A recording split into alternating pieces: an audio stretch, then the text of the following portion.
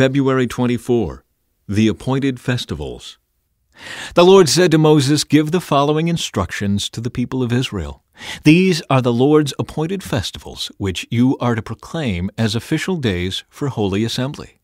You have 6 days each week for your ordinary work, but the 7th day is a Sabbath day of complete rest, an official day for holy assembly.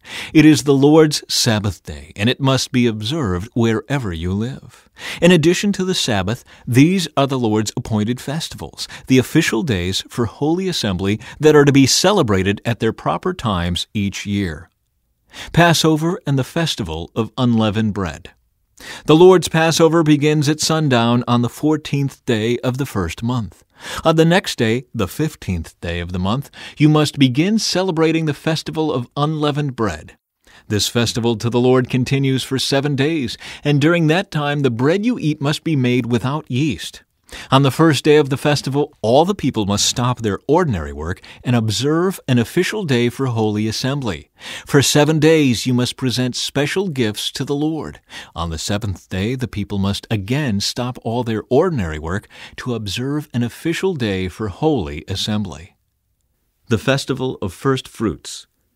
Then the Lord said to Moses, "Give the following instructions to the people of Israel. When you enter the land I am giving you, and you harvest its first crops, bring the priest a bundle of grain from the first cutting of your grain harvest. On the day after the Sabbath, the priest will lift it up before the Lord so it may be accepted on your behalf. On that same day you must sacrifice a 1-year-old male lamb with no defects as a burnt offering to the Lord. With it you must present a grain offering consisting of 4 quarts of choice flour moistened with olive oil. It will be a special gift, a pleasing aroma to the Lord. You must also offer 1 quart of wine as a liquid offering. Do not eat any bread or roasted grain or fresh kernels on that day until you bring this offering to your God. This is a permanent law for you, and it must be observed from generation to generation wherever you live." The Festival of Harvest. From the day after the Sabbath, the day you bring the bundle of grain to be lifted up as a special offering, count off 7 full weeks. Keep counting until the day after the 7th Sabbath, 50 days later. Then present an offering of new grain to the Lord. From wherever you live, bring 2 loaves of bread to be lifted up before the Lord as a special offering. Make these loaves from 4 quarts of choice flour and bake them with yeast. They will be an offering to the Lord from the first of your crops. Along with the bread, present 7 1-year-old male lambs with no defects, 1 young bull, and 2 rams as burnt offerings to the Lord. These burnt offerings, together with the grain offerings and liquid offerings, will be a special gift, a pleasing aroma to the Lord. Then you must offer 1 male goat as a sin offering, and 2 1-year-old male lambs as a peace offering. The priest will lift up the 2 lambs as a special offering to the Lord, together with the loaves representing the first of your crops. These offerings, which are holy to the Lord, belong to the priests.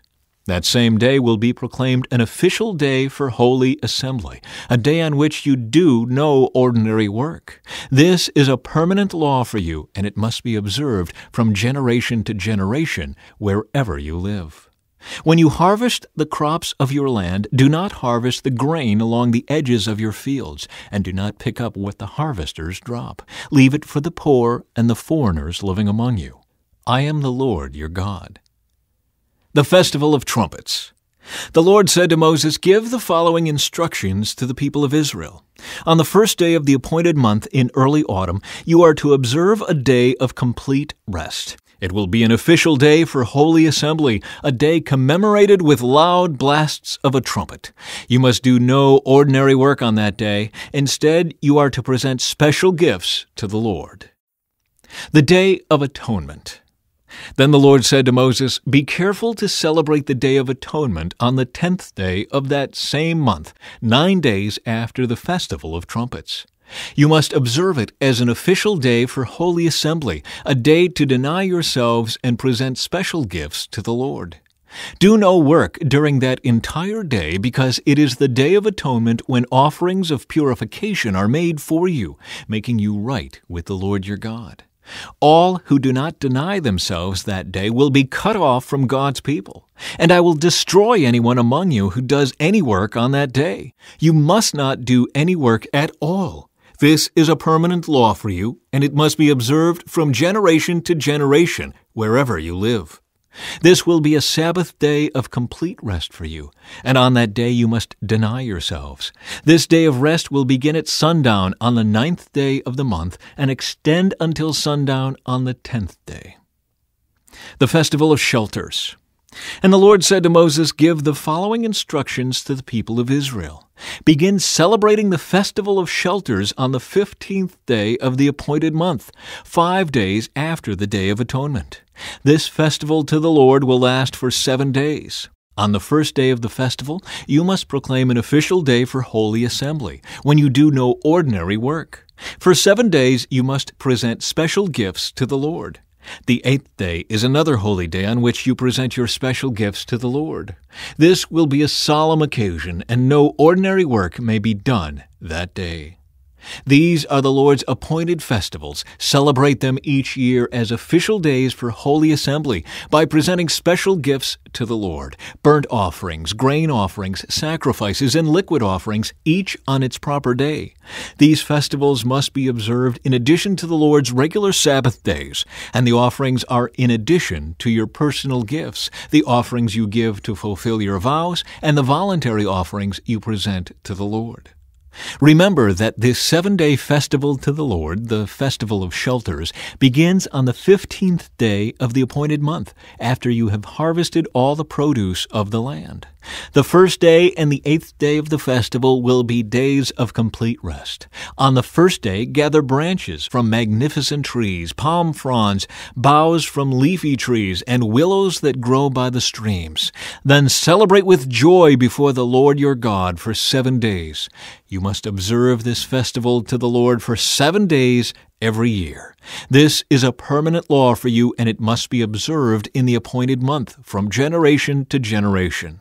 For 7 days you must live outside in little shelters. All native-born Israelites must live in shelters. This will remind each new generation of Israelites that I made their ancestors live in shelters when I rescued them from the land of Egypt.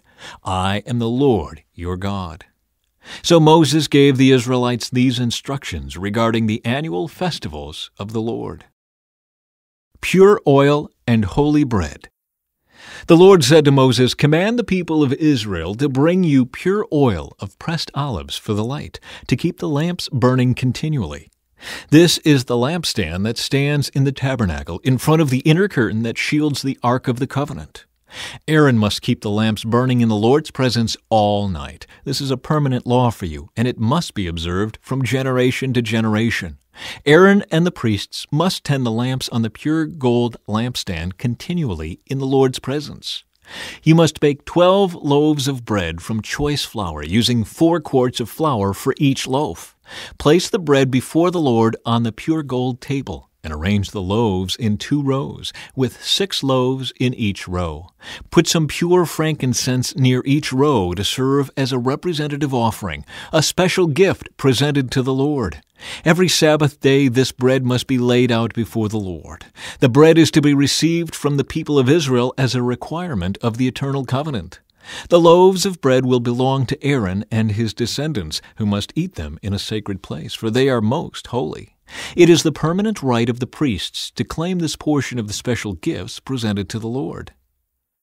An example of just punishment.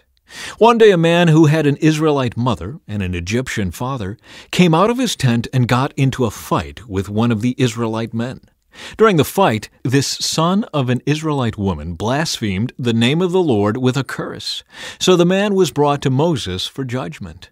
His mother was Shelomith, the daughter of Dibri of the tribe of Dan. They kept the man in custody until the Lord's will in the matter should become clear to them. Then the Lord said to Moses, "Take the blasphemer outside the camp and tell all those who heard the curse to lay their hands on his head. Then let the entire community stone him to death. Say to the people of Israel, those who curse their God will be punished for their sin. Anyone who blasphemes the name of the Lord must be stoned to death by the whole community of Israel. Any native-born Israelite or foreigner among you who blasphemes the name of the Lord must be put to death. Anyone who takes another person's life must be put to death. Anyone who kills another person's animal must pay for it in full, a live animal for the animal that was killed. Anyone who injures another person must be dealt with according to the injury inflicted, a fracture for a fracture, an eye for an eye, a tooth for a tooth. Whatever anyone does to injure another person must be paid back in kind. Whoever kills an animal must pay for it in full, but whoever kills another person must be put to death. The same standard applies both to native-born Israelites and to the foreigners living among you. I am the Lord, your God. After Moses gave all these instructions to the Israelites, they took the blasphemer outside the camp and stoned him to death. The Israelites did just as the Lord had commanded Moses. The Sabbath Year. While Moses was on Mount Sinai, the Lord said to him, "Give the following instructions to the people of Israel. When you have entered the land I am giving you, the land itself must observe a Sabbath rest before the Lord every 7th year. For 6 years you may plant your fields and prune your vineyards and harvest your crops, but during the 7th year the land must have a Sabbath year of complete rest. It is the Lord's Sabbath. Do not plant your fields or prune your vineyards during that year, and don't store away the crops that grow on their own or gather the grapes from your unpruned vines. The land must have a year of complete rest. But you may eat whatever the land produces on its own during its Sabbath. This applies to you, your male and female servants, your hired workers, and the temporary residents who live with you. Your livestock and the wild animals in your land will also be allowed to eat what the land produces." The Year of Jubilee. In addition, you must count off 7 Sabbath years, 7 sets of 7 years, adding up to 49 years in all. Then, on the Day of Atonement, in the 50th year, blow the ram's horn loud and long throughout the land. Set this year apart as holy, a time to proclaim freedom throughout the land for all who live there. It will be a jubilee year for you, when each of you may return to the land that belonged to your ancestors and return to your own clan. This 50th year will be a jubilee for you. During that year, you must not plant your fields or store away any of the crops that grow on their own, and don't gather the grapes from your unpruned vines. It will be a jubilee year for you, and you must keep it holy. But you may eat whatever the land produces on its own. In the year of Jubilee, each of you may return to the land that belonged to your ancestors. When you make an agreement with your neighbor to buy or sell property, you must not take advantage of each other. When you buy land from your neighbor, the price you pay must be based on the number of years since the last Jubilee. The seller must set the price by taking into account the number of years remaining until the next year of Jubilee. The more years until the next Jubilee, the higher the price. The fewer years, the lower the price. After all, the person selling the land is actually selling you a certain number of harvests. Show your fear of God by not taking advantage of each other. I am the Lord your God.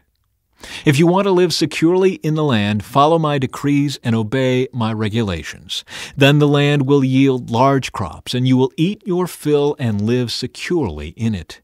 But you might ask, what will we eat during the 7th year, since we are not allowed to plant or harvest crops that year?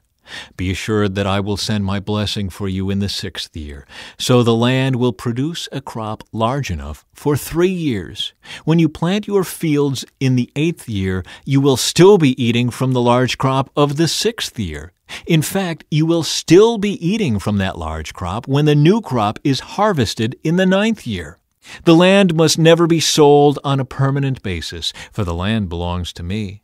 You are only foreigners and tenant farmers working for me. February 25.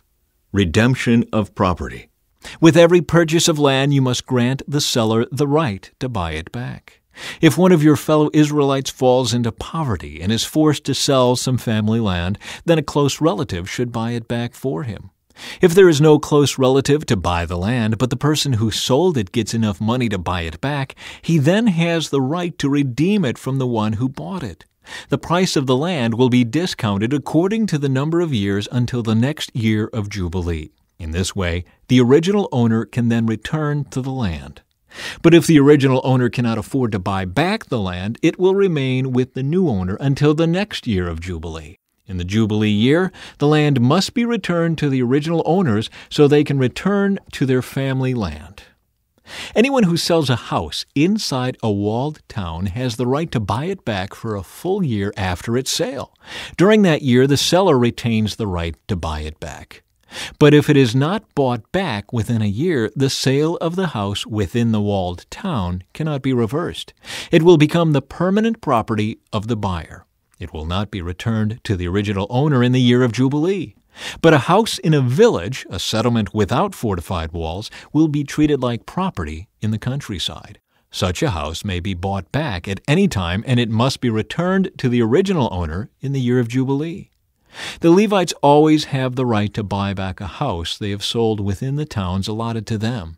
And any property that is sold by the Levites, all houses within the Levitical towns, must be returned in the year of Jubilee. After all, the houses in the towns reserved for the Levites are the only property they own in all Israel. The open pasture land around the Levitical towns may never be sold. It is their permanent possession. Redemption of the poor and enslaved. If one of your fellow Israelites falls into poverty and cannot support himself, support him as you would a foreigner or a temporary resident, and allow him to live with you. Do not charge interest or make a profit at his expense. Instead, show your fear of God by letting him live with you as your relative. Remember, do not charge interest on money you lend him, or make a profit on food you sell him. I am the Lord your God, who brought you out of the land of Egypt to give you the land of Canaan and to be your God. If one of your fellow Israelites falls into poverty and is forced to sell himself to you, do not treat him as a slave. Treat him instead as a hired worker or as a temporary resident who lives with you, and he will serve you only until the year of Jubilee. At that time, he and his children will no longer be obligated to you, and they will return to their clans and go back to the land originally allotted to their ancestors. The people of Israel are my servants, whom I brought out of the land of Egypt. So they must never be sold as slaves. Show your fear of God by not treating them harshly. However, you may purchase male and female slaves from among the nations around you. You may also purchase the children of temporary residents who live among you, including those who have been born in your land. You may treat them as your property, passing them on to your children as a permanent inheritance. You may treat them as slaves, but you must never treat your fellow Israelites this way. Suppose a foreigner or temporary resident becomes rich while living among you. If any of your fellow Israelites fall into poverty and are forced to sell themselves to such a foreigner or to a member of his family, they still retain the right to be bought back even after they have been purchased. They may be bought back by a brother, an uncle, or a cousin. In fact, anyone from the extended family may buy them back. They may also redeem themselves if they have prospered. They will negotiate the price of their freedom with the person who bought them. The price will be based on the number of years from the time they were sold until the next year of Jubilee, whatever it would cost to hire a worker for that period of time. If many years still remain until the Jubilee, they will repay the proper proportion of what they received when they sold themselves. If only a few years remain until the year of Jubilee, they will repay a small amount for their redemption. The foreigner must treat them as workers hired on a yearly basis. You must not allow a foreigner to treat any of your fellow Israelites harshly. If any Israelites have not been bought back by the time the year of Jubilee arrives, they and their children must be set free at that time. For the people of Israel belong to me. They are my servants, whom I brought out of the land of Egypt. I am the Lord your God. Blessings for obedience. Do not make idols or set up carved images or sacred pillars or sculptured stones in your land so you may worship them. I am the Lord your God. You must keep my Sabbath days of rest and show reverence for my sanctuary. I am the Lord. If you follow my decrees and are careful to obey my commands, I will send you the seasonal rains. The land will then yield its crops, and the trees of the field will produce their fruit. Your threshing season will overlap with the grape harvest, and your grape harvest will overlap with the season of planting grain. You will eat your fill and live securely in your own land.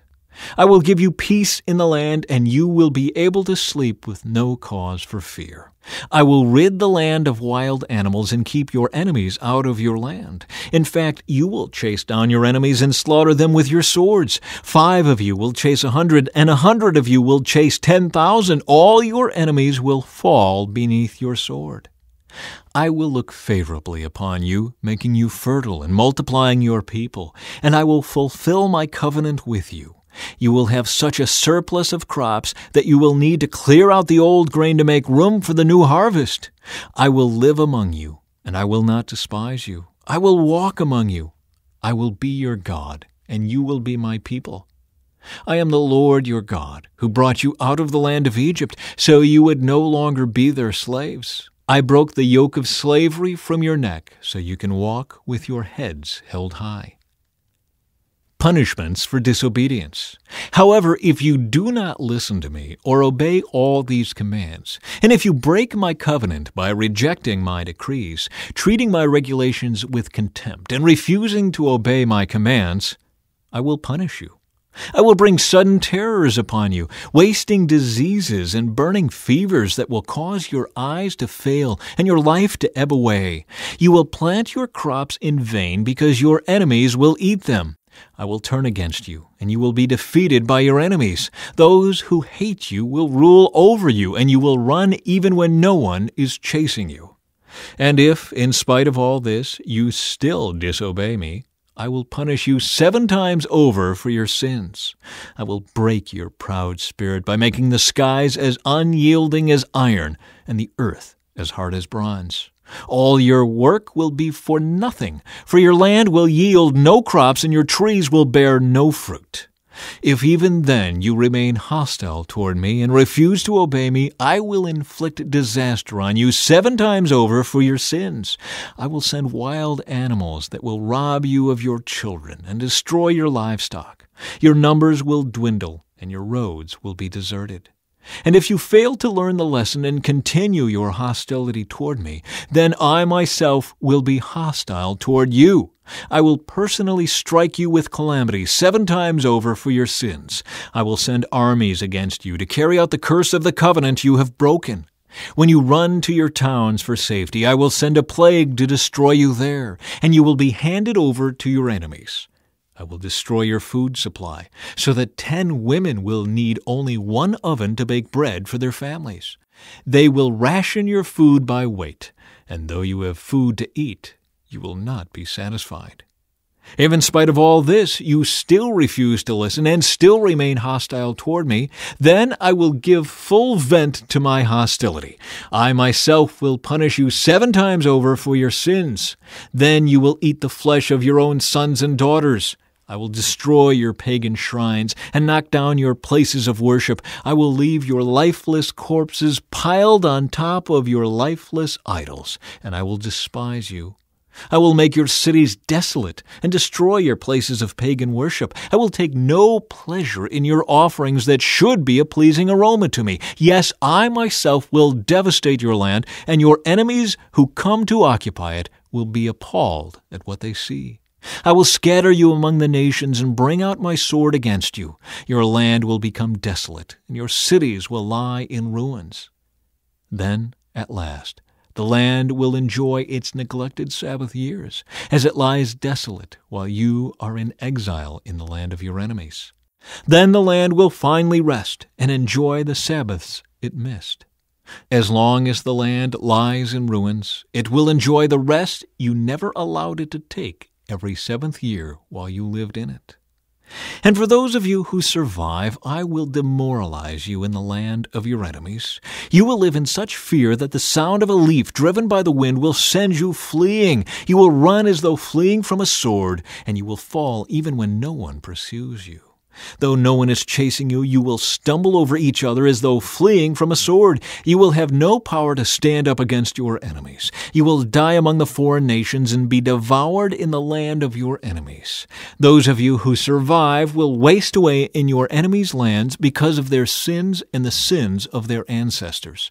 But at last my people will confess their sins and the sins of their ancestors for betraying me and being hostile toward me. When I have turned their hostility back on them and brought them to the land of their enemies, then at last their stubborn hearts will be humbled, and they will pay for their sins. Then I will remember my covenant with Jacob, and my covenant with Isaac, and my covenant with Abraham, and I will remember the land. For the land must be abandoned to enjoy its years of Sabbath rest as it lies deserted. At last the people will pay for their sins, for they have continually rejected my regulations and despised my decrees. But despite all this, I will not utterly reject or despise them while they are in exile in the land of their enemies. I will not cancel my covenant with them by wiping them out, for I am the Lord their God. For their sakes I will remember my ancient covenant with their ancestors, whom I brought out of the land of Egypt in the sight of all the nations, that I might be their God. I am the Lord. These are the decrees, regulations, and instructions that the Lord gave through Moses on Mount Sinai, as evidence of the relationship between himself and the Israelites. February 26. Redeeming gifts offered to the Lord. The Lord said to Moses, "Give the following instructions to the people of Israel. If anyone makes a special vow to dedicate someone to the Lord by paying the value of that person, here is the scale of values to be used. A man between the ages of 20 and 60 is valued at 50 shekels of silver, as measured by the sanctuary shekel. A woman of that age is valued at 30 shekels of silver. A boy between the ages of 5 and 20 is valued at 20 shekels of silver. A girl of that age is valued at 10 shekels of silver.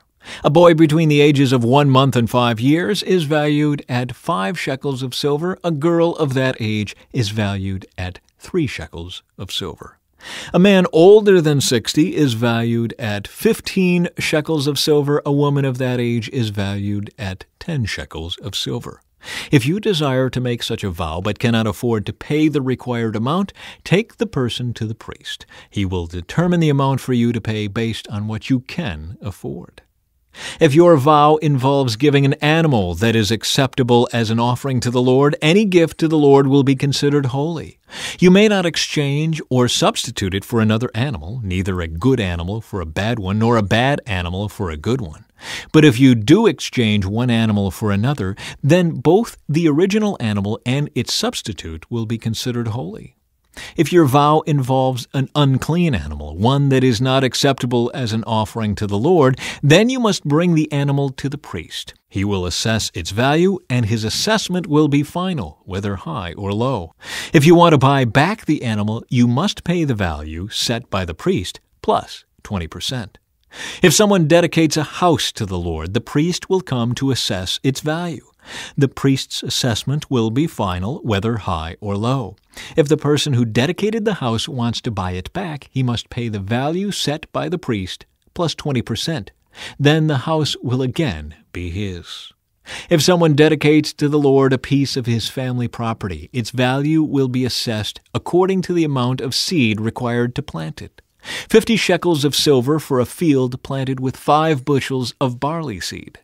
If the field is dedicated to the Lord in the year of Jubilee, then the entire assessment will apply. But if the field is dedicated after the year of Jubilee, the priest will assess the land's value in proportion to the number of years left until the next year of Jubilee.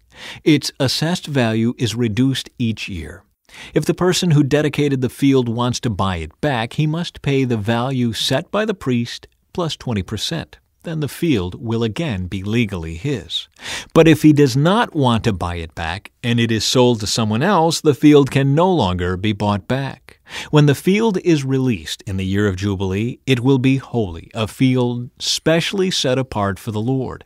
It will become the property of the priests. If someone dedicates to the Lord a field he has purchased, but which is not part of his family property, the priest will assess its value based on the number of years left until the next year of Jubilee. On that day, he must give the assessed value of the land as a sacred donation to the Lord. In the year of Jubilee, the field must be returned to the person from whom he purchased it, the one who inherited it as family property. All the payments must be measured by the weight of the sanctuary shekel, which equals 20 gerahs.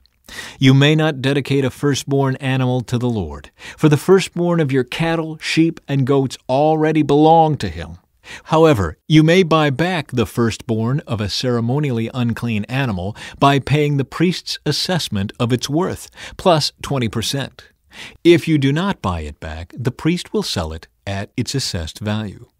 However, anything specially set apart for the Lord, whether a person, an animal, or family property, must never be sold or bought back. Anything devoted in this way has been set apart as holy, and it belongs to the Lord. No person specially set apart for destruction may be bought back. Such a person must be put to death. 1/10 of the produce of the land, whether grain from the fields or fruit from the trees, belongs to the Lord and must be set apart to him as holy. If you want to buy back the Lord's 10th of the grain or fruit, you must pay its value plus 20%. Count off every 10th animal from your herds and flocks, and set them apart for the Lord as holy. You may not pick and choose between good and bad animals, and you may not substitute one for another. But if you do exchange one animal for another, then both the original animal and its substitute will be considered holy and cannot be bought back. These are the commands that the Lord gave through Moses on Mount Sinai for the Israelites. Israel's first census. A year after Israel's departure from Egypt, the Lord spoke to Moses in the tabernacle in the wilderness of Sinai. On the first day of the second month of that year, he said, "From the whole community of Israel, record the names of all the warriors by their clans and families. List all the men 20 years old or older who are able to go to war. You and Aaron must register the troops, and you will be assisted by one family leader from each tribe. These are the tribes and the names of the leaders who will assist you: Reuben, Elizur, son of Shader; Simeon, Shelumiel, son of Zurishaddai; Judah, Nashon, son of Amminadab; Issachar, Nathanael, son of Zuar; Zebulun, Eliab, son of Helon; Ephraim, son of Joseph, Elishama, son of Ammihud; Manasseh, son of Joseph, Gamaliel, son of Pedazur; Benjamin, Abidan, son of Gideoni; Dan, Ahizar, son of Ammishaddai; Asher, Pagiel, son of Ochran; Gad, Eliasaph, son of Duel; Naphtali, Ahira, son of Enan. These are the chosen leaders of the community, the leaders of their ancestral tribes, the heads of the clans of Israel. So Moses and Aaron called together these chosen leaders, and they assembled the whole community of Israel on that very day. All the people were registered according to their ancestry by their clans and families. The men of Israel who were 20 years old or older were listed one by one, just as the Lord had commanded Moses. So Moses recorded their names in the wilderness of Sinai. This is the number of men 20 years old or older who were able to go to war, as their names were listed in the records of their clans and families. Reuben, Jacob's oldest son, 46,500. Simeon, 59,300. Gad, 45,650. Judah, 74,600. Issachar, 54,400. Zebulun, 57,400. Ephraim, son of Joseph, 40,500. Manasseh, son of Joseph, 32,200. Benjamin, 35,400. Dan, 62,700. Asher, 41,500. Naphtali, 53,400. These were the men registered by Moses and Aaron and the 12 leaders of Israel, all listed according to their ancestral descent. They were registered by families, all the men of Israel who were 20 years old or older and able to go to war. The total number was 603,550. But this total did not include the Levites. For the Lord had said to Moses, "Do not include the tribe of Levi in the registration. Do not count them with the rest of the Israelites. Put the Levites in charge of the tabernacle of the covenant, along with all its furnishings and equipment. They must carry the tabernacle and all its furnishings as you travel, and they must take care of it and camp around it. Whenever it is time for the tabernacle to move, the Levites will take it down, and when it is time to stop, they will set it up again. But any unauthorized person who goes too near the tabernacle must be put to death. Each tribe of Israel will camp in a designated area with its own family banner. But the Levites will camp around the tabernacle of the covenant to protect the community of Israel from the Lord's anger. The Levites are responsible to stand guard around the tabernacle. So the Israelites did everything just as the Lord had commanded Moses. February 27. Organization of Israel's camp. Then the Lord gave these instructions to Moses and Aaron. When the Israelites set up camp, each tribe will be assigned its own area. The tribal divisions will camp beneath their family banners on all four sides of the tabernacle, but at some distance from it. The divisions of Judah, Issachar, and Zebulun are to camp toward the sunrise on the east side of the tabernacle, beneath their family banners. These are the names of the tribes, their leaders, and the numbers of their registered troops. Judah, Nahshon, son of Amminadab, 74,600. Issachar, Nathanael, son of Zuar, 54,400. Zebulun, Eliab, son of Helon, 57,400. So the total of all the troops on Judah's side of the camp is 186,400. These three tribes are to lead the way whenever the Israelites travel to a new campsite. The divisions of Reuben, Simeon, and Gad are to camp on the south side of the tabernacle beneath their family banners. These are the names of the tribes, their leaders, and the numbers of their registered troops. Reuben, Elizur, son of Shader, 46,500. Simeon, Shelumiel, son of Zurishaddai, 59,300. Gad, Eliasaph, son of Duel, 45,650. So the total of all the troops on Reuben's side of the camp is 151,450. These three tribes will be second in line whenever the Israelites travel.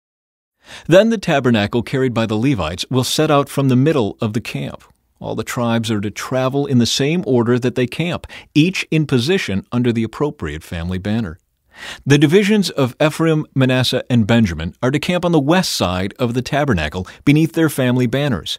These are the names of the tribes, their leaders, and the numbers of their registered troops. Ephraim, Elishama, son of Ammihud, 40,500. Manasseh, Gamaliel, son of Pedazur, 32,200. Benjamin, Abidan, son of Gideoni, 35,400. So the total of all the troops on Ephraim's side of the camp is 108,100. These three tribes will be third in line whenever the Israelites travel. The divisions of Dan, Asher, and Naphtali are to camp on the north side of the tabernacle beneath their family banners. These are the names of the tribes, their leaders, and the numbers of their registered troops. Dan, Ahizur, son of Ammishaddai, 62,700. Asher, Pagiel, son of Achran, 41,500. Naphtali, Ahira, son of Enan, 53,400. So the total of all the troops on Dan's side of the camp is 157,600. These three tribes will be last, marching under their banners whenever the Israelites travel. In summary, the troops of Israel listed by their families totaled 603,550. But as the Lord had commanded, the Levites were not included in this registration. So the people of Israel did everything as the Lord had commanded Moses. Each clan and family set up camp and marched under their banners exactly as the Lord had instructed them. Levites appointed for service. This is the family line of Aaron and Moses, as it was recorded when the Lord spoke to Moses on Mount Sinai. The names of Aaron's sons were Nadab, the oldest, Abihu, Eleazar, and Ithamar, These sons of Aaron were anointed and ordained to minister as priests. But Nadab and Abihu died in the Lord's presence in the wilderness of Sinai when they burned before the Lord the wrong kind of fire, different than he had commanded. Since they had no sons, this left only Eleazar and Ithamar to serve as priests with their father Aaron.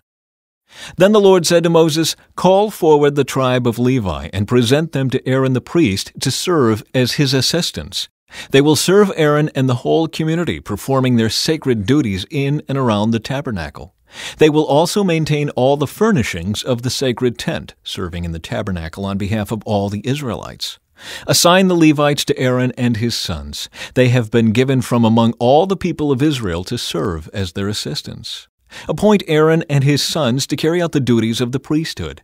But any unauthorized person who goes too near the sanctuary must be put to death."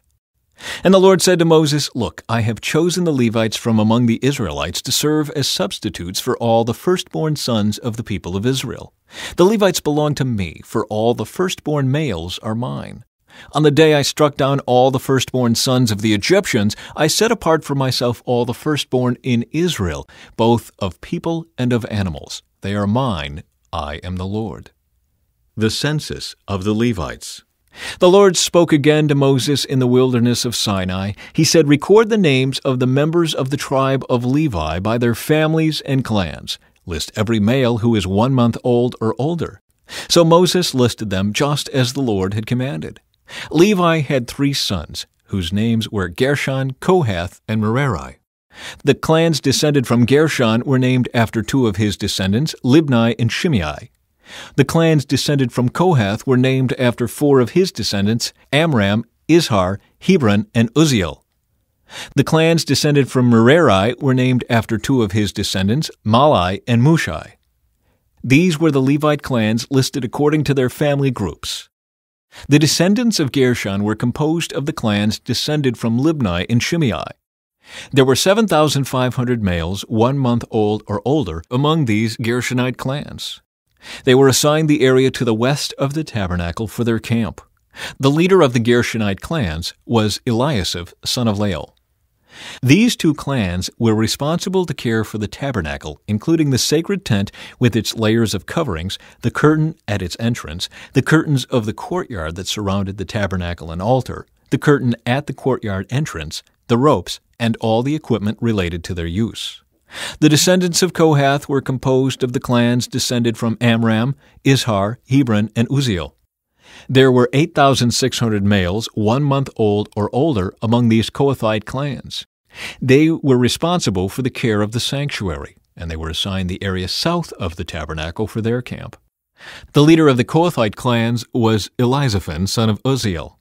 These 4 clans were responsible for the care of the ark, the table, the lampstand, the altars, the various articles used in the sanctuary, the inner curtain, and all the equipment related to their use.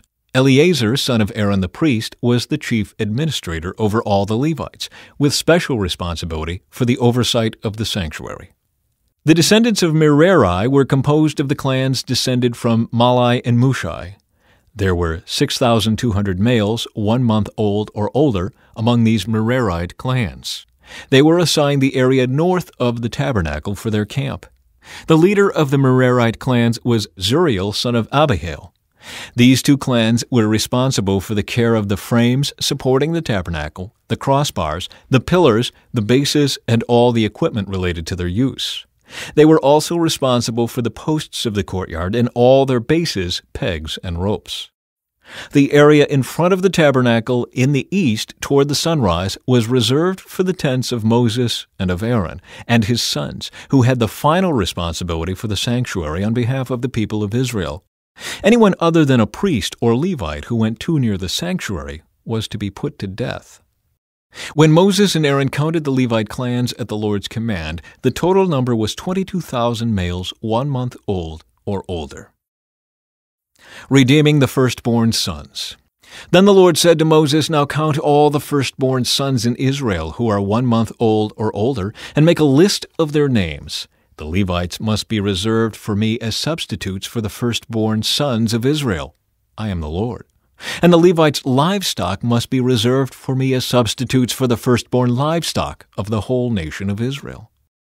So Moses counted the firstborn sons of the people of Israel, just as the Lord had commanded.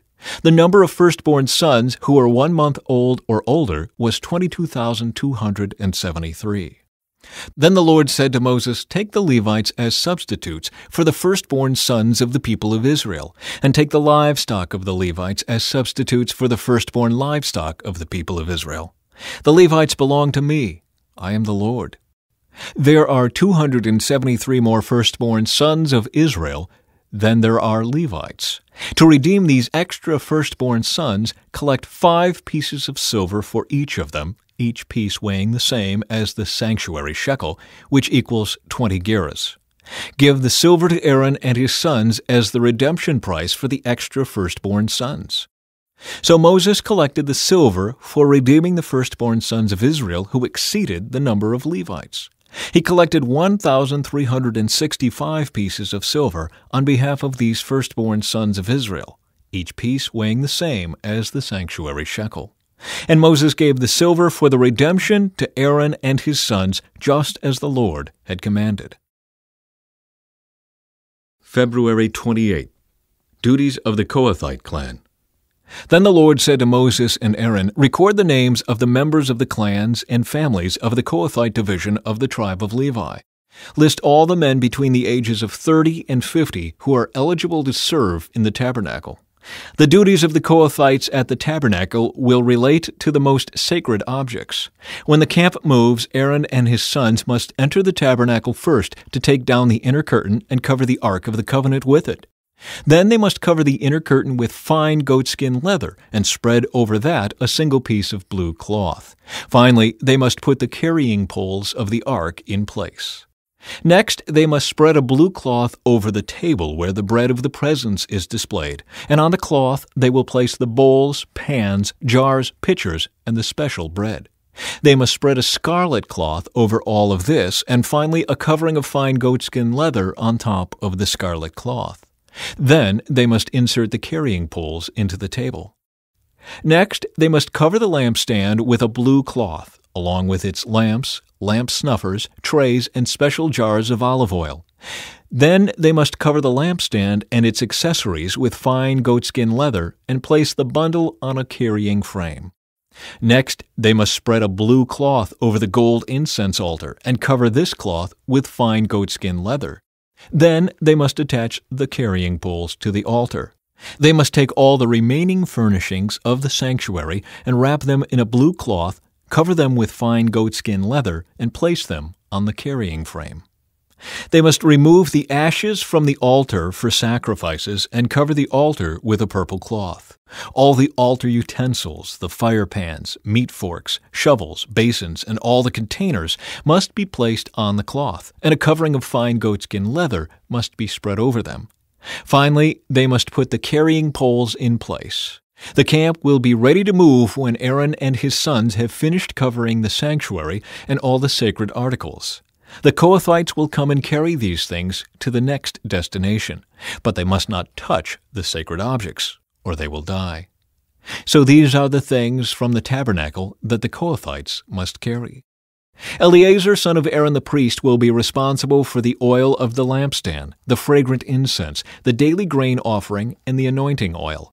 In fact, Eleazar will be responsible for the entire tabernacle and everything in it, including the sanctuary and its furnishings.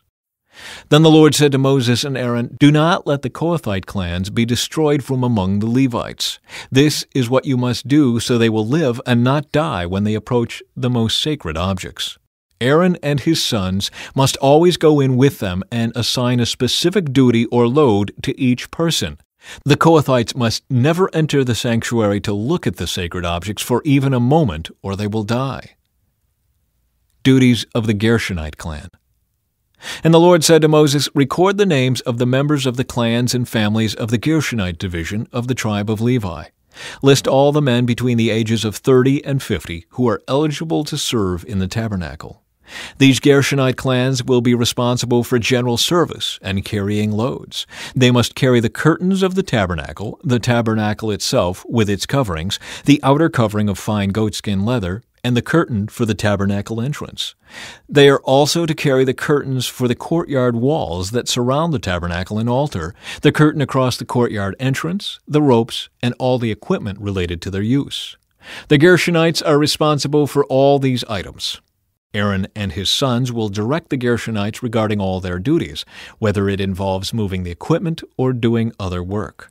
They must assign the Gershonites responsibility for the loads they are to carry.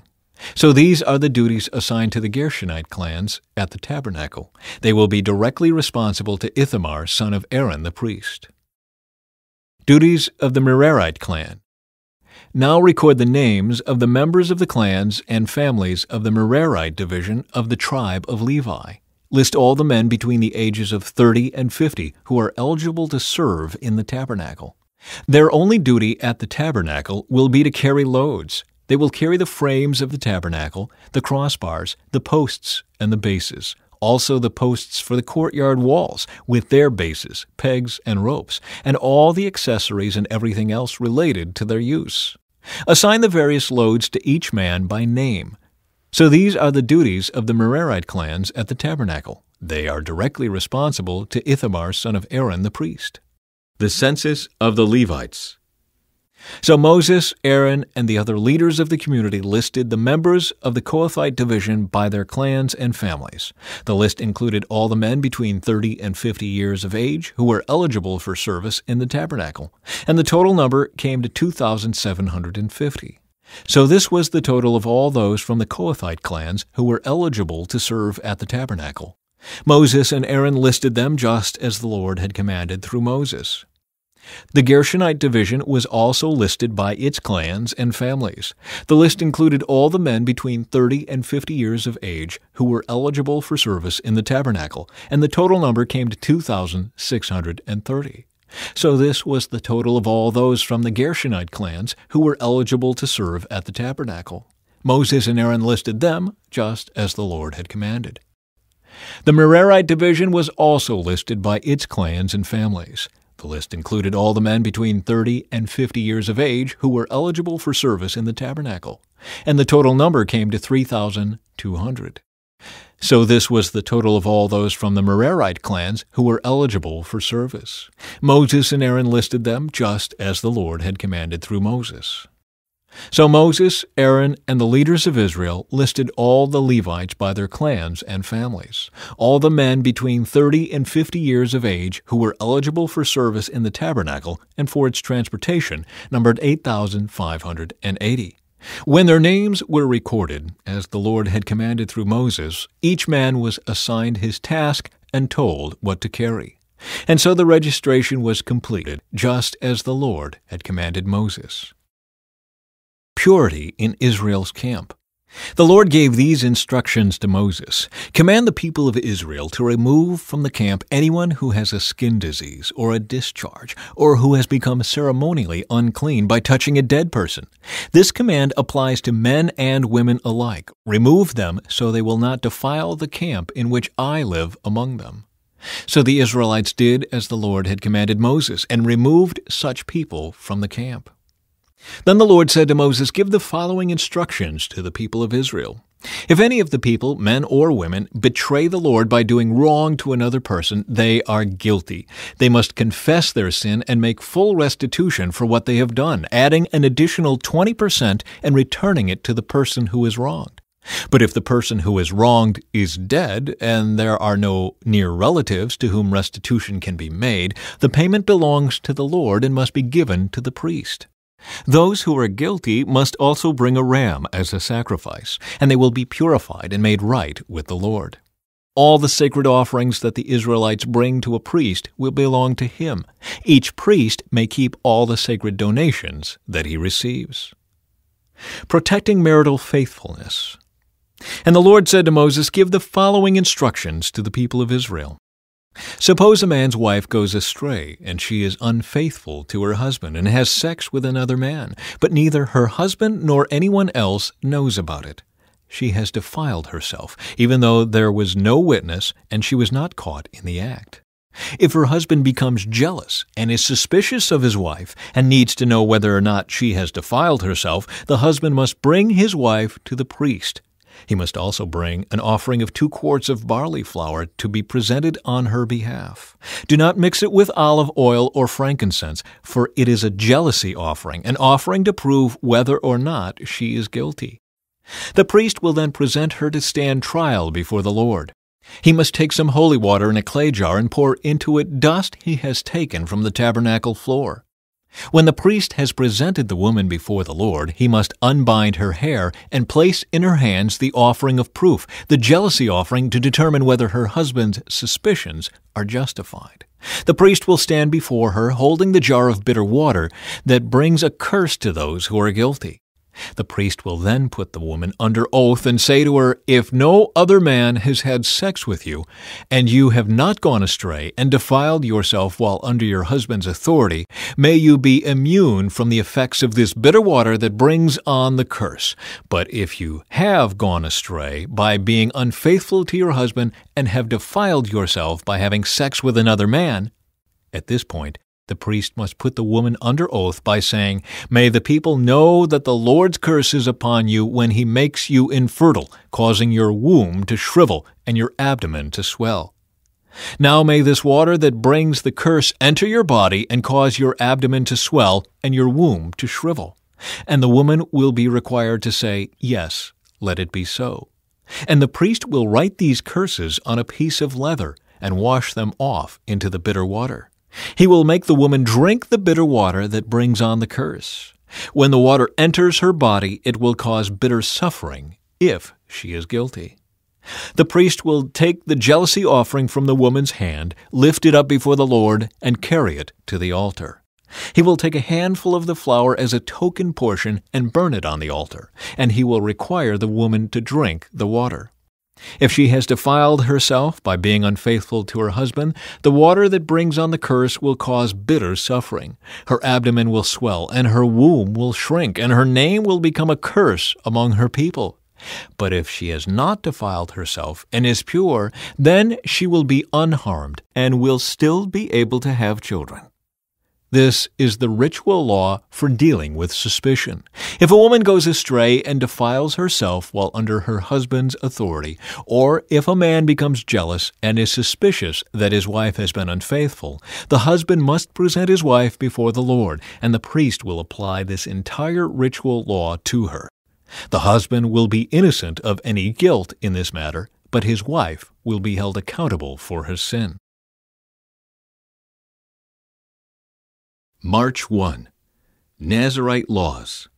Then the Lord said to Moses, "Give the following instructions to the people of Israel.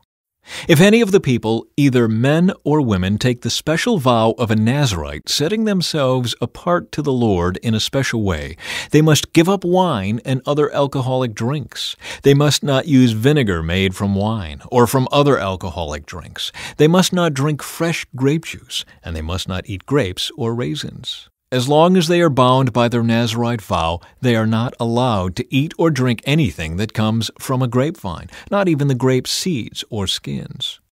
They must never cut their hair throughout the time of their vow, for they are holy and set apart to the Lord. Until the time of their vow has been fulfilled, they must let their hair grow long, and they must not go near a dead body during the entire period of their vow to the Lord. Even if the dead person is their own father, mother, brother, or sister, they must not defile themselves, for the hair on their head is the symbol of their separation to God. This requirement applies as long as they are set apart to the Lord. If someone falls dead beside them, the hair they have dedicated will be defiled. They must wait for 7 days and then shave their heads. Then they will be cleansed from their defilement. On the 8th day they must bring 2 turtle doves or 2 young pigeons to the priest at the entrance of the tabernacle. The priest will offer one of the birds for a sin offering and the other for a burnt offering. In this way, he will purify them from the guilt they incurred through contact with the dead body. Then they must reaffirm their commitment and let their hair begin to grow again. The days of their vow that were completed before their defilement no longer count. They must rededicate themselves to the Lord as a Nazirite for the full term of their vow, and each must bring a 1-year-old male lamb for a guilt offering. This is the ritual law for Nazirites. At the conclusion of their time of separation as Nazirites, they must each go to the entrance of the tabernacle and offer their sacrifices to the Lord. A 1-year-old male lamb without defect for a burnt offering, a 1-year-old female lamb without defect for a sin offering, a ram without defect for a peace offering, a basket of bread made without yeast, cakes of choice flour mixed with olive oil, and wafers spread with olive oil, along with their prescribed grain offerings and liquid offerings. The priest will present these offerings before the Lord, first the sin offering and the burnt offering, then the ram for a peace offering, along with the basket of bread made without yeast. The priest must also present the prescribed grain offering and liquid offering to the Lord. Then the Nazirites will shave their heads at the entrance of the tabernacle. They will take the hair that had been dedicated and place it on the fire beneath the peace offering sacrifice. After the Nazirite's head has been shaved, the priest will take for each of them the boiled shoulder of the ram, and he will take from the basket a cake and a wafer made without yeast. He will put them all into the Nazirite's hands. Then the priest will lift them up as a special offering before the Lord.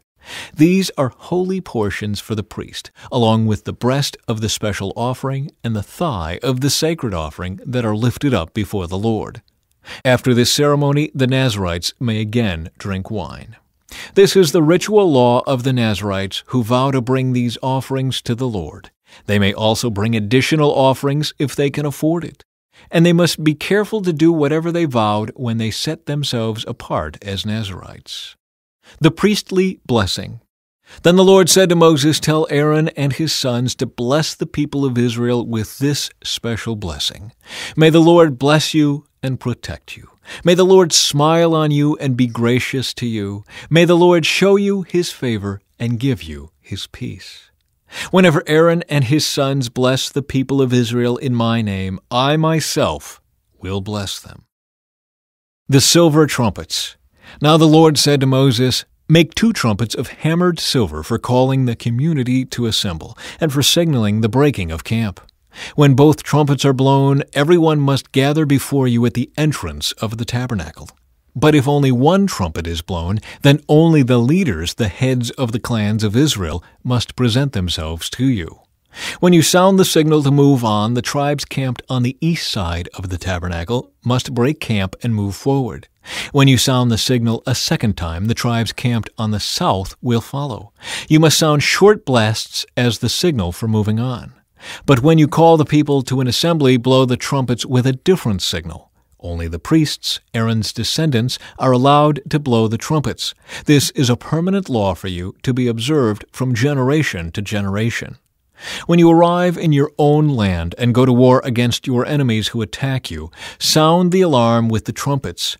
Then the Lord your God will remember you and rescue you from your enemies. Blow the trumpets in times of gladness, too, sounding them at your annual festivals and at the beginning of each month. And blow the trumpets over your burnt offerings and peace offerings. The trumpets will remind the Lord your God of his covenant with you. I am the Lord your God. The Israelites leave Sinai. In the 2nd year after Israel's departure from Egypt, on the 20th day of the 2nd month, the cloud lifted from the tabernacle of the covenant.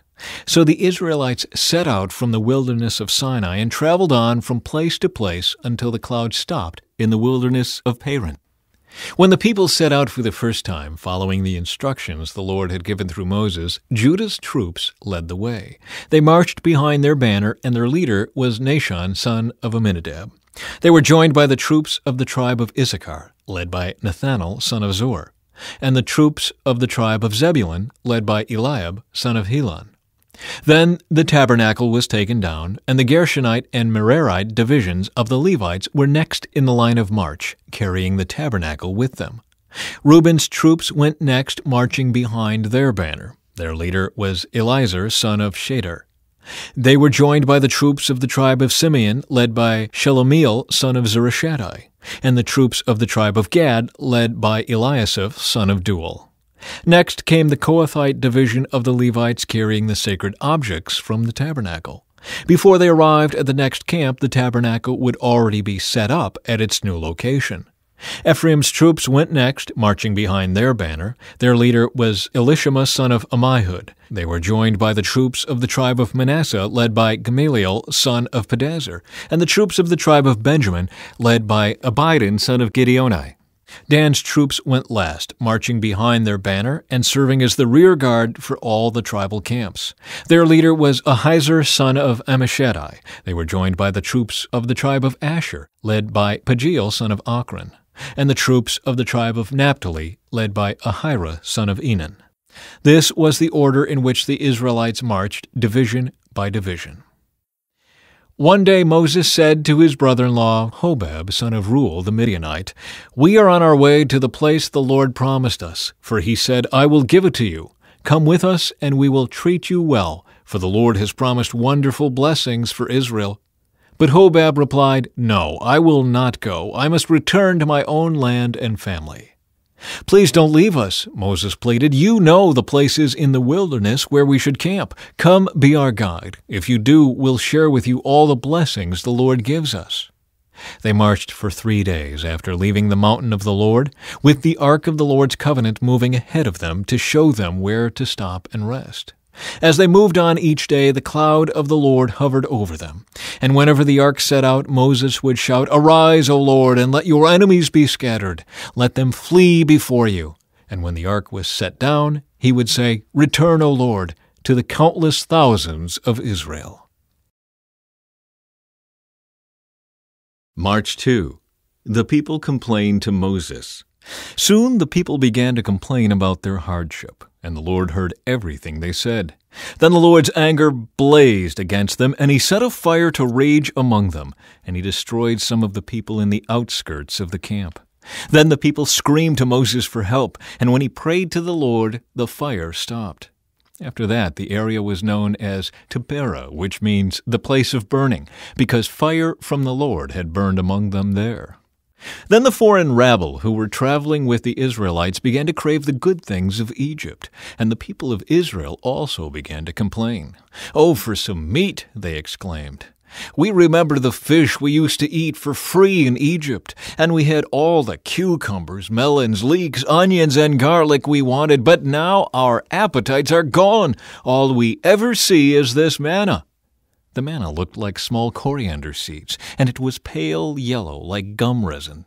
The people would go out and gather it from the ground. They made flour by grinding it with hand mills or pounding it in mortars. Then they boiled it in a pot and made it into flat cakes. These cakes tasted like pastries baked with olive oil. The manna came down on the camp with the dew during the night.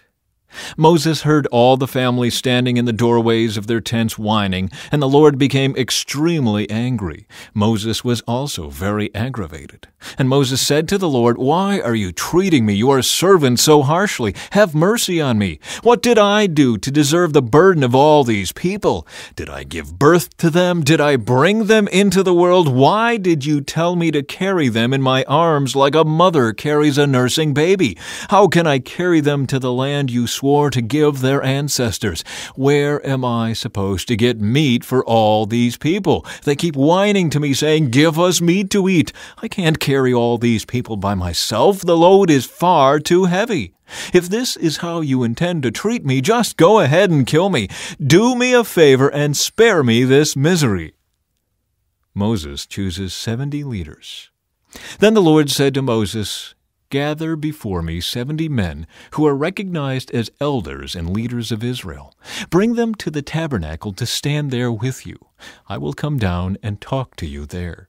I will take some of the Spirit that is upon you, and I will put the Spirit upon them also. They will bear the burden of the people along with you, so you will not have to carry it alone.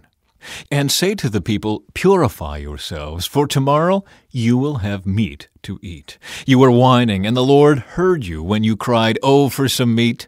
We were better off in Egypt.' Now the Lord will give you meat, and you will have to eat it. And it won't be for just a day, or 2, or for 5, or 10, or even 20. You will eat it for a whole month until you gag and are sick of it. For you have rejected the Lord, who is here among you, and you have whined to him, saying, 'Why did we ever leave Egypt?' But Moses responded to the Lord, "There are 600,000 foot soldiers here with me, and yet you say, I will give them meat for a whole month? Even if we butchered all our flocks and herds, would that satisfy them? Even if we caught all the fish in the sea, would that be enough?" Then the Lord said to Moses, "Has my arm lost its power? Now you will see whether or not my word comes true." So Moses went out and reported the Lord's words to the people. He gathered the 70 elders and stationed them around the tabernacle. And the Lord came down in the cloud and spoke to Moses. Then he gave the 70 elders the same spirit that was upon Moses.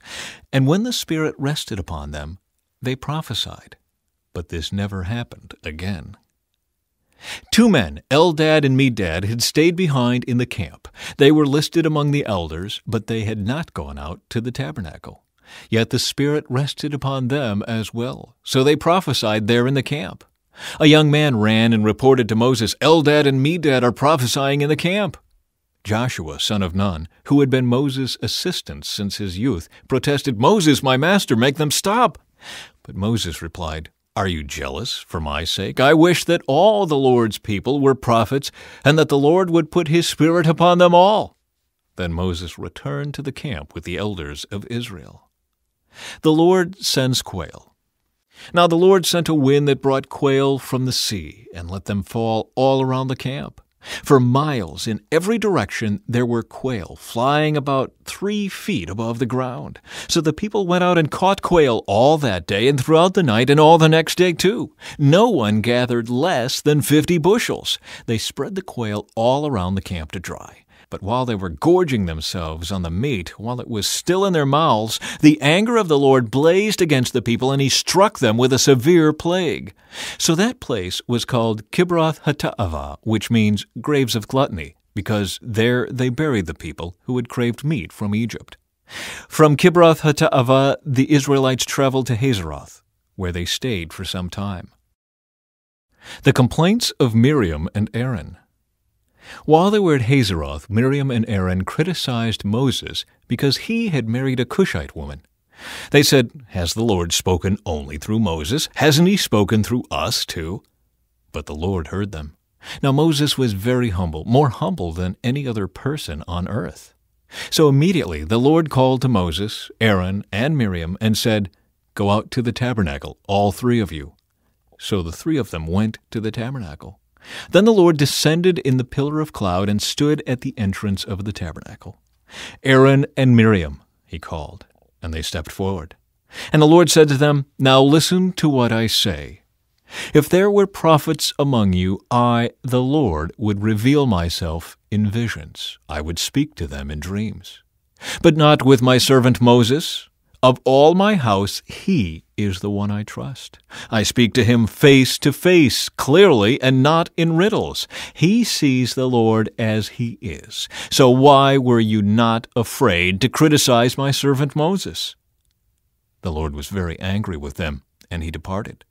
As the cloud moved from above the tabernacle, there stood Miriam, her skin as white as snow from leprosy. When Aaron saw what had happened to her, he cried out to Moses, "Oh, my master, please don't punish us for this sin we have so foolishly committed. Don't let her be like a stillborn baby, already decayed at birth." So Moses cried out to the Lord, "Oh God, I beg you, please heal her." But the Lord said to Moses, "If her father had done nothing more than spit in her face, wouldn't she be defiled for 7 days? So keep her outside the camp for 7 days, and after that she may be accepted back." So Miriam was kept outside the camp for 7 days, and the people waited until she was brought back before they traveled again. Then they left Hazeroth and camped in the wilderness of Paran. 12 scouts explore Canaan.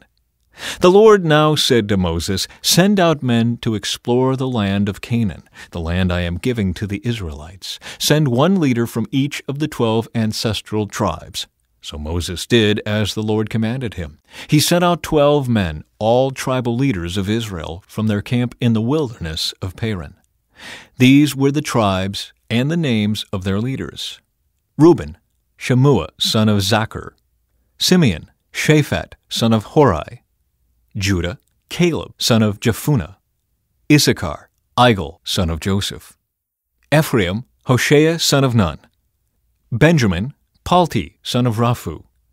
Zebulun, Gaddiel, son of Sadai. Manasseh, son of Joseph, Gadi, son of Susai. Dan, Amiel, son of Gamali. Asher, Sethur, son of Michael. Naphtali, Nabai, son of Vopsi. Gad, Guel, son of Machi. These are the names of the men Moses sent out to explore the land. Moses called Hoshea, son of Nun, by the name Joshua. Moses gave the men these instructions as he sent them out to explore the land. Go north through the Negev into the hill country. See what the land is like, and find out whether the people living there are strong or weak, few or many. See what kind of land they live in. Is it good or bad? Do their towns have walls, or are they unprotected like open camps? Is the soil fertile or poor? Are there many trees? Do your best to bring back samples of the crops you see. It happened to be the season for harvesting the first ripe grapes. So they went up and explored the land from the wilderness of Zin as far as Rehob near Lebo-Hamath. Going north, they passed through the Negev and arrived at Hebron, where Ahiman, Shishai, and Talmai, all descendants of Anak, lived.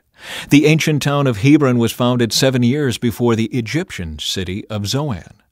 When they came to the valley of Eshcol, they cut down a branch with a single cluster of grapes so large that it took 2 of them to carry it on a pole between them. They also brought back samples of the pomegranates and figs.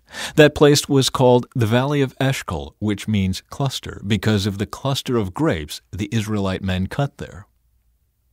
The scouting report. After exploring the land for 40 days, the men returned to Moses, Aaron, and the whole community of Israel at Kadesh in the wilderness of Paran. They reported to the whole community what they had seen and showed them the fruit they had taken from the land. This was their report to Moses. We entered the land you sent us to explore, and it is indeed a bountiful country, a land flowing with milk and honey. Here is the kind of fruit it produces. But the people living there are powerful, and their towns are large and fortified. We even saw giants there, the descendants of Anak. The Amalekites live in the Negev, and the Hittites, Jebusites, and Amorites live in the hill country. The Canaanites live along the coast of the Mediterranean Sea and along the Jordan Valley. But Caleb tried to quiet the people as they stood before Moses. "Let's go at once to take the land," he said. "We can certainly conquer it." But the other men who had explored the land with him disagreed. "We can't go up against them. They are stronger than we are." So they spread this bad report about the land among the Israelites. "The land we traveled through and explored will devour anyone who goes to live there. All the people we saw were huge. We even saw giants there, the descendants of Anak. Next to them, we felt like grasshoppers, and that's what they thought too." March 3. The people rebel.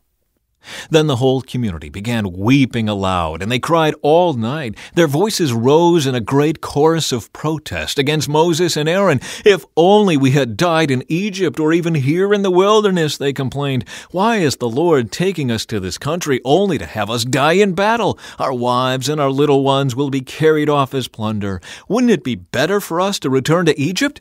Then they plotted among themselves, "Let's choose a new leader and go back to Egypt." Then Moses and Aaron fell face down on the ground before the whole community of Israel. 2 of the men who had explored the land, Joshua son of Nun and Caleb son of Jephunneh, tore their clothing. They said to all the people of Israel, "The land we traveled through and explored is a wonderful land, and if the Lord is pleased with us, He will bring us safely into that land and give it to us. It is a rich land flowing with milk and honey. Do not rebel against the Lord, and don't be afraid of the people of the land. They are only helpless prey to us. They have no protection, but the Lord is with us. Don't be afraid of them." But the whole community began to talk about stoning Joshua and Caleb. Then the glorious presence of the Lord appeared to all the Israelites at the tabernacle. And the Lord said to Moses, "How long will these people treat me with contempt? Will they never believe me, even after all the miraculous signs I have done among them? I will disown them and destroy them with a plague. Then I will make you into a nation greater and mightier than they are." Moses intercedes for the people. But Moses objected. "What will the Egyptians think when they hear about it?" he asked the Lord. They know full well the power you displayed in rescuing your people from Egypt. Now, if you destroy them, the Egyptians will send a report to the inhabitants of this land, who have already heard that you live among your people. They know, Lord, that you have appeared to your people face to face, and that your pillar of cloud hovers over them. They know that you go before them in the pillar of cloud by day, and the pillar of fire by night. Now, if you slaughter all these people with a single blow, the nations that have heard of your fame will say, "The Lord was not able to bring them into the land he swore to give them, so he killed them in the wilderness." Please, Lord, prove that your power is as great as you have claimed. For you said, "The Lord is slow to anger and filled with unfailing love, forgiving every kind of sin and rebellion. But he does not excuse the guilty. He lays the sins of the parents upon their children. The entire family is affected, even children in the third and fourth generations." In keeping with your magnificent, unfailing love, please pardon the sins of this people, just as you have forgiven them ever since they left Egypt. Then the Lord said, "I will pardon them as you have requested. But as surely as I live, and as surely as the earth is filled with the Lord's glory, not one of these people will ever enter that land. They have all seen my glorious presence and the miraculous signs I performed both in Egypt and in the wilderness. But again and again they have tested me by refusing to listen to my voice. They will never even see the land I swore to give their ancestors. None of those who have treated me with contempt will ever see it. But my servant Caleb has a different attitude than the others have. He has remained loyal to me, so I will bring him into the land he explored. His descendants will possess their full share of that land. Now, turn around, and don't go on toward the land where the Amalekites and Canaanites live. Tomorrow you must set out for the wilderness in the direction of the Red Sea." The Lord punishes the Israelites. Then the Lord said to Moses and Aaron, "How long must I put up with this wicked community and its complaints about me? Yes, I have heard the complaints the Israelites are making against me. Now tell them this: as surely as I live, declares the Lord, I will do to you the very things I heard you say.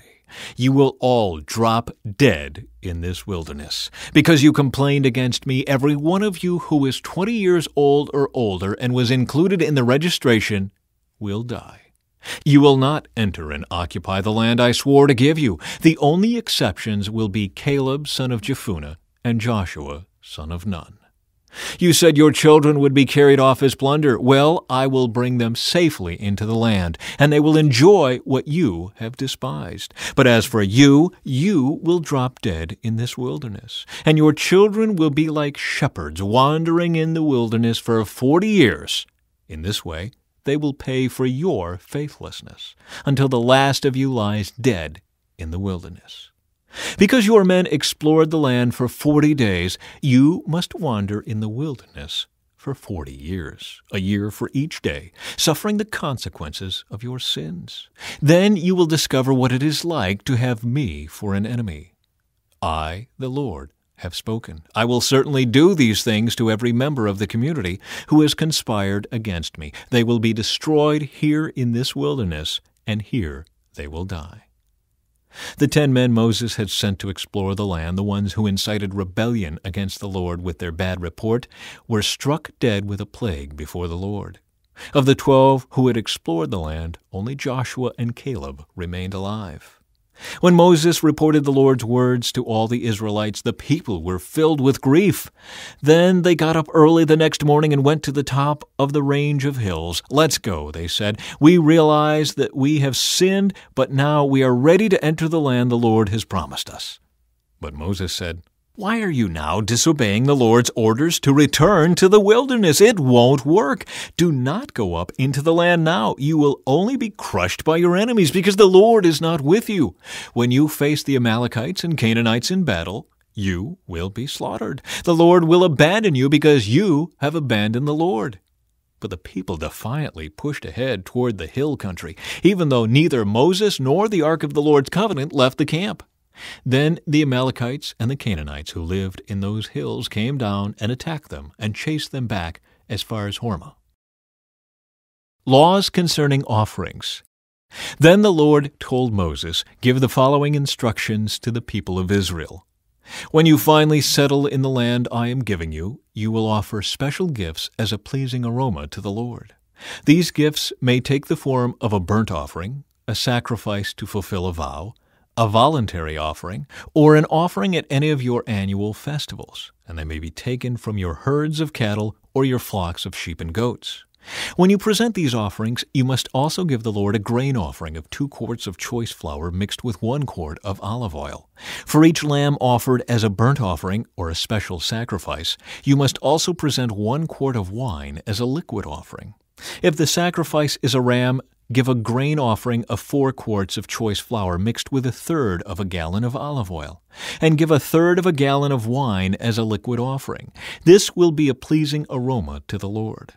When you present a young bull as a burnt offering, or as a sacrifice to fulfill a vow, or as a peace offering to the Lord, you must also give a grain offering of 6 quarts of choice flour mixed with 2 quarts of olive oil, and give 2 quarts of wine as a liquid offering. This will be a special gift, a pleasing aroma to the Lord. Each sacrifice of a bull, ram, lamb, or young goat should be prepared in this way.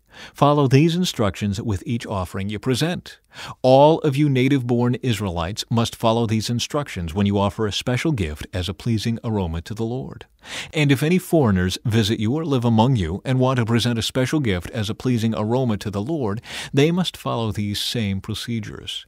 Native-born Israelites and foreigners are equal before the Lord and are subject to the same decrees. This is a permanent law for you to be observed from generation to generation. The same instructions and regulations will apply both to you and to the foreigners living among you. Then the Lord said to Moses, "Give the following instructions to the people of Israel. When you arrive in the land where I am taking you, and you eat the crops that grow there, you must set some aside as a sacred offering to the Lord. Present a cake from the first of the flour you grind, and set it aside as a sacred offering, as you do with the first grain from the threshing floor. Throughout the generations to come, you are to present a sacred offering to the Lord each year from the first of your ground flour. But suppose you unintentionally fail to carry out all these commands that the Lord has given you through Moses, and suppose your descendants in the future fail to do everything the Lord has commanded through Moses. If the mistake was made unintentionally and the community was unaware of it, the whole community must present a young bull for a burnt offering as a pleasing aroma to the Lord. It must be offered along with its prescribed grain offering and liquid offering, and with 1 male goat for a sin offering. With it the priest will purify the whole community of Israel, making them right with the Lord, and they will be forgiven. For it was an unintentional sin, and they have corrected it with their offerings to the Lord, the special gift and the sin offering. The whole community of Israel will be forgiven, including the foreigners living among you, for all the people were involved in the sin. If one individual commits an unintentional sin, the guilty person must bring a 1-year-old female goat for a sin offering. The priest will sacrifice it to purify the guilty person before the Lord, and that person will be forgiven. These same instructions apply both to native-born Israelites and to the foreigners living among you. But those who brazenly violate the Lord's will, whether native-born Israelites or foreigners, have blasphemed the Lord, and they must be cut off from the community. Since they have treated the Lord's word with contempt and deliberately disobeyed His command, they must be completely cut off and suffer the punishment for their guilt. Penalty for breaking the Sabbath. One day while the people of Israel were in the wilderness, they discovered a man gathering wood on the Sabbath day. The people who found him doing this took him before Moses, Aaron, and the rest of the community. They held him in custody because they did not know what to do with him. Then the Lord said to Moses, "The man must be put to death. The whole community must stone him outside the camp." So the whole community took the man outside the camp and stoned him to death just as the Lord had commanded Moses. Tassels on clothing. Then the Lord said to Moses, "Give the following instructions to the people of Israel. Throughout the generations to come, you must make tassels for the hems of your clothing and attach them with a blue cord. When you see the tassels, you will remember and obey all the commands of the Lord instead of following your own desires and defiling yourselves as you are prone to do. The tassels will help you remember that you must obey all my commands and be holy to your God. I am the Lord your God, who brought you out of the land of Egypt, that I might be your God. I am the Lord your God.